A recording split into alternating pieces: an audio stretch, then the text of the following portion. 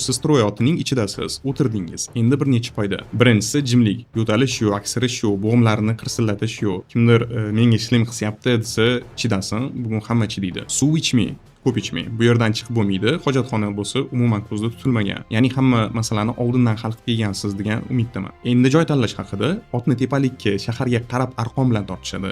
Silliq emas, silkinib boradi. Ya'ni orqada o'tirganlar oldinlarning ustiga sirg'aladi. Oldinda o'tirganlar bo'lsa hech qayerga keta olmaydi. Shuning uchun yaxshilab ushlab o'tiring. Qurolingizni tizzangizda ushlang. Bu yerda qorong'i va tor. Friendly fire qilib o'z odamingizni kesib qo'ysangiz, u baqirib yuboradi. U baqirsa hammasi tugadi. Butun reja 10 yillik ish. Yana bitta narsani aytib o'taman. Bir payt tashqaridan otni yon devoriga nayza uradi. Kuchli, yoningizda shundoq. "Voy nima qilsan?" deb baqirib yubormang, sakramang. Shunchaki jim o'tirishga majbursiz. Va eng qiyini, tashqarida yelenadigan ayol otingizni atrofida yurib, sizni chaqiradi.